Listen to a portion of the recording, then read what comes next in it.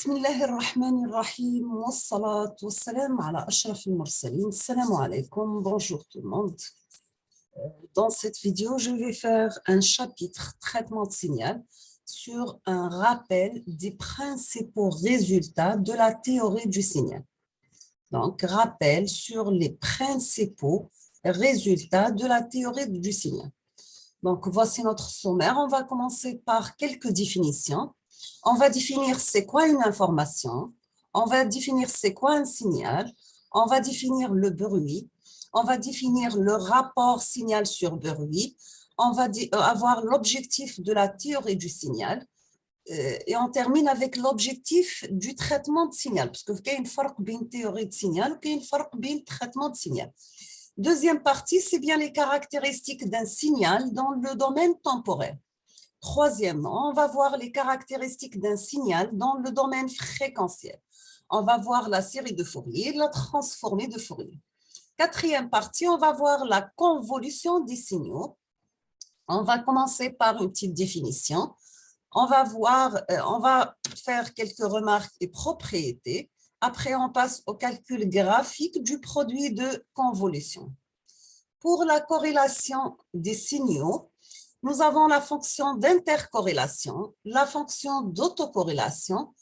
On termine avec des remarques et propriétés et je vous donne quelques références bibliographiques.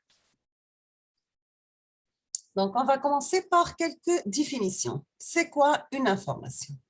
Donc, on appelle information tout message ou toute connaissance, exemple son, image, parole, mesure. D'accord?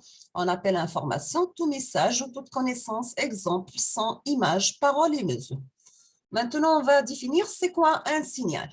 Donc, un signal, c'est la représentation physique d'une information qu'il transporte de sa source à sa destination. Donc, le signal, c'est la représentation physique d'une information qu'il transporte de sa source à sa destination. Exemple, les signaux acoustiques pour le transport des sons et paroles, les signaux électromagnétiques pour la transmission des signaux et images télévisées, etc. Donc, il constituait la manifestation physique d'une grandeur mesurable, un courant, tension, température et pression. D'accord? Maintenant, on va définir c'est quoi le bruit. Donc, on appelle bruit tout phénomène perturbateur gênant la perception ou l'interprétation du signal. Il est de même nature physique que le signal. Donc, le bruit, c'est tout phénomène perturbateur qui peut gêner la perception ou l'interprétation du signal. Il est de même nature physique que le signal. Donc, la distinction entre un signal et un bruit dépend de la situation considérée. Donc, un phénomène peut être considéré comme un bruit pour un observateur et comme un signal utile pour un autre. Exemple, la réception des stations radio. Quatrièmement, on va définir c'est quoi le rapport signal sur bruit. Donc, afin de mesurer la qualité d'un signal, on utilise une quantité nommée rapport signal sur bruit. Le RCB ou là, en anglais, le SNR. Donc, c'est Signal to Noise Ratio. C'est une mesure de degré de contamination du signal par le bruit. Elle est exprimée par le rapport de la puissance moyenne du signal sur la puissance moyenne du bruit. Donc, état égal PS, la puissance du signal, divisé par la puissance de NC noise, bruit. Donc, ce rapport est souvent exprimé en décibels. Donc, nous avons état en décibels, c'est 10 log décimal de état. Quel est l'objectif de la théorie du signal? Donc, nous avons que l'objectif fondamental de la théorie du signal, c'est la description mathématique des signaux, c'est-à-dire mettre en évidence les principales caractéristiques des signaux et analyser les déformations qu'ils subissent. Donc, l'objectif fondamental de la théorie du signal, c'est la description mathématique des signaux, mettre en évidence les principales caractéristiques des signaux et analyser les déformations qu'ils subissent. On passe l'objectif du traitement de signal, donc sur la base de la théorie du signal et en exploitant les ressources d'électronique, l'informatique et la physique appliquée, le traitement du signal a pour objet l'élaboration ou bien l'interprétation des signaux porteurs d'informations. Donc, parmi les fonctions du traitement de signal, on peut citer l'analyse, le filtrage, la régénération, la mesure, la détection, l'identification, la synthèse, la modulation et le codage. Maintenant, on va voir les caractéristiques d'un signal dans le domaine temporel, parce que nous avons plusieurs domaines, soit domaine temporel, fréquentiel, laplacien, domaine Z, etc. On va commencer par les caractéristiques d'un signal dans le domaine temporel.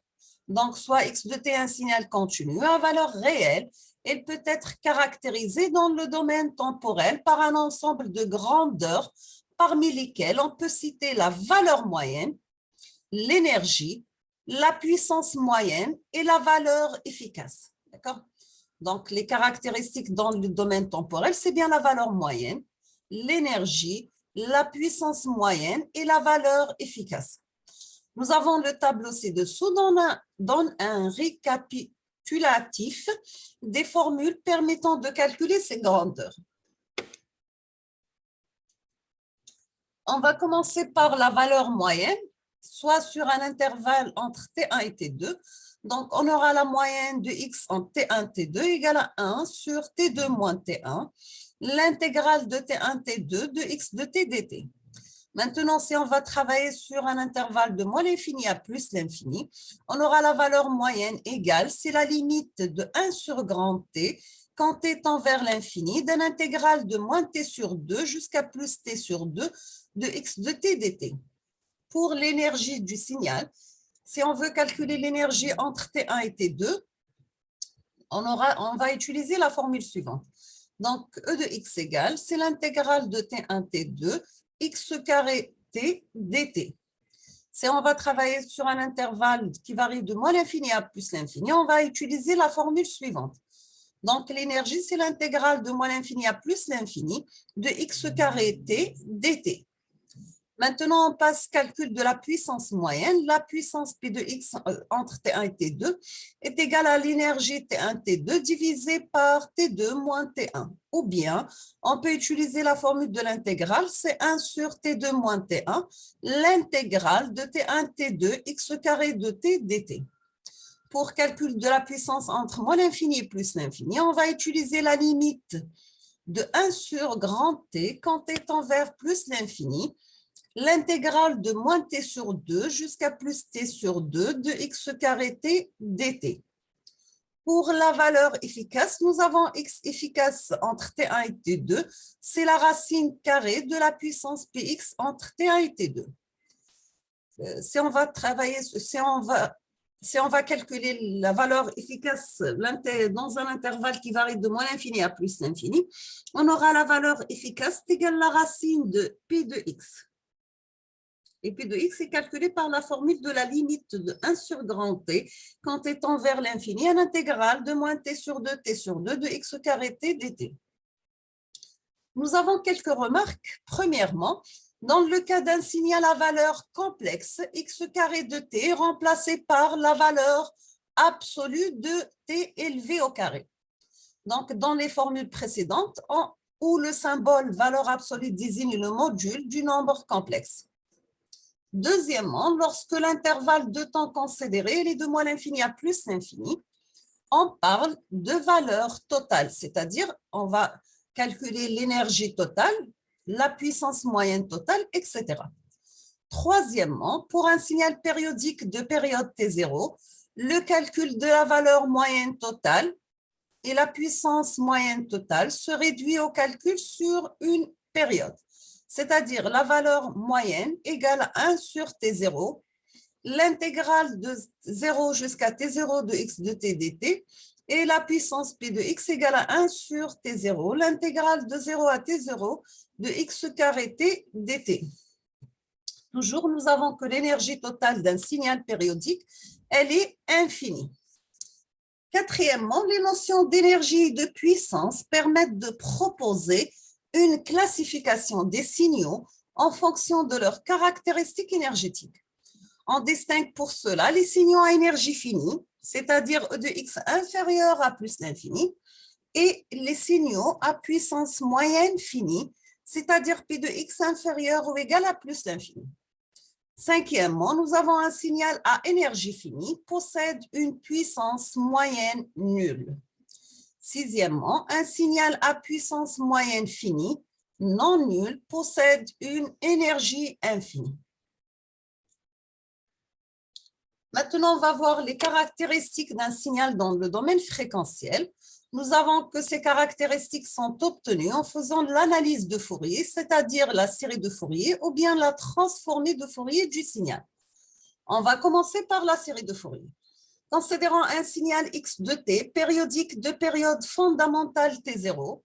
On appelle fréquence fondamentale de x de t la quantité f0 qui est égale à 1 sur t0.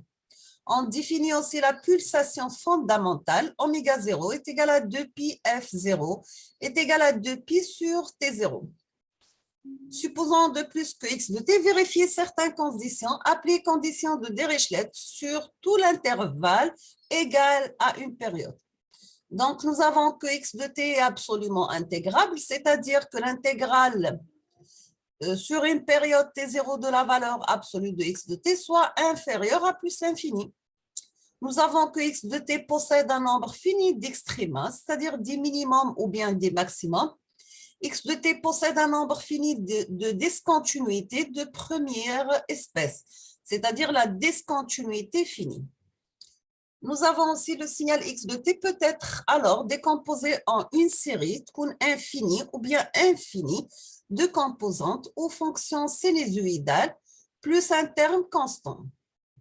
Nous avons ces composantes sinusoïdales possèdent des fréquences multiples de la fréquence fondamentale. Donc, nous avons x de t égale a0 plus une somme variable 1 jusqu'à plus l'infini de an cosinus 2πn sur t0t plus bn sinus 2πn sur t0t. Sachant que an, bn, a0 sont appelés coefficients trigonométriques de Fourier du signal x de t. Ils sont exprimés par les formules suivantes. Nous avons a0 est égal 1 sur t0, l'intégrale de alpha jusqu'à alpha plus t0 de x de t dt. Donc, pour an égale à 2 sur t0, l'intégrale de alpha jusqu'à alpha plus t0 de x de t par cosinus 2πn t sur t0 dt. Pour le calcul des coefficients bn, on va utiliser la formule suivante. Donc, c'est 2 sur t0, l'intégrale de alpha jusqu'à alpha plus t0 de x de t sinus 2πn t0 t dt. Bien sûr, alpha, c'est un nombre réel. Nous avons quelques remarques. Premièrement, si le signal est pair, alors les coefficients bn sont nuls. Deuxièmement, si le signal est impair, alors les coefficients an sont nuls. Troisièmement, le terme an cosinus 2πn t sur t0 plus bn sinus 2πn t sur t0 est appelé harmonique d'ordre 1. L'harmonique d'ordre 1 est dite l'onde fondamentale. Maintenant, on passe à la forme complexe ou bien exponentielle du développement en série de Fourier. Nous avons que le développement en série de Fourier peut être écrit sous la forme complexe suivante. X de t égale à n demi, une somme n varie de moins l'infini à plus l'infini, de Cn exponentielle plus g 2πn sur t0t. Avec Cn égale à 2 sur t0, l'intégrale de alpha, alpha plus t0, x de t multiplié par exponentielle moins g 2πn sur t0t dt. Maintenant, on passe à la représentation spectrale d'un signal périodique. Nous avons le développement en série de Fourier trigonométrique peut être réécrit sous la forme suivante. Nous avons x de t sur une somme varie de n jusqu'à plus l'infini de an cosinus 2πn t sur t0 moins phi de n. Pour trouver an, c'est la racine de an au carré, petit a n au carré plus bn au carré. Phi n, c'est l'arc tangente de bn sur an. Bien sûr, toujours a0, grand A0 égale à petit a0, phi 0 égale à 0. Pour le spectre d'amplitude, il consiste à représenter les amplitudes AN des composantes sinusoïdales en fonction de leur fréquence f égale à n f0. Le spectre de phase consiste à représenter les déphasages Φn des composantes sinusoïdales en fonction de leur fréquence f égale à n f0. Nous avons un exemple, on va prendre x de t égale à t pour t compris entre 0 et 1. 1, c'est t compris entre 1 et 2. Donc, c'est un signal périodique de période t0 égale à 2 secondes. Si on va commencer par calculer les coefficients de Fourier, on trouve que A0 égale à 3 sur 4, Bn égale à moins 1 sur Pn, An égale à 1 sur Pn élevé au carré, cosinus Pn moins 1 est égal à 0, c'est n est pair, est égal à moins 2 sur Pn élevé au carré, c'est n est impair. Pour le spectre d'amplitude, nous avons que AN, c'est la racine carrée de AN au carré plus BN au carré, donc est égal à 1 sur PN, c'est n est pair, est égal à 1 sur Pn, la racine de 1 sur plus 4 sur Pn au carré, c'est n est impair, bien sûr toujours avec A0 est égal à petit a0 est égal à 3 sur 4. Pour le spectre de phase, nous avons que le Φn égale l'arc tangente de Bn sur An, donc c'est égal à moins P sur 2, c'est n est pair, c'est égal à arc tangente Pn sur 2, c'est n est impair, bien sûr avec Φ0 égale à 0. Si on veut tracer un tableau qui contient l'ordre n, variable 1 jusqu'à 8, les différentes fréquences varient de F0, 2, F0, 3, F0 jusqu'à 8, F0, et on a calculé l'amplitude AN et la phase Φn en radians. Voici le traçage du spectre d'amplitude de notre signal avec le spectre de phase. On va s'arrêter ici. Dans la prochaine vidéo, Inch'Allah, on va terminer la suite. Merci beaucoup pour votre attention.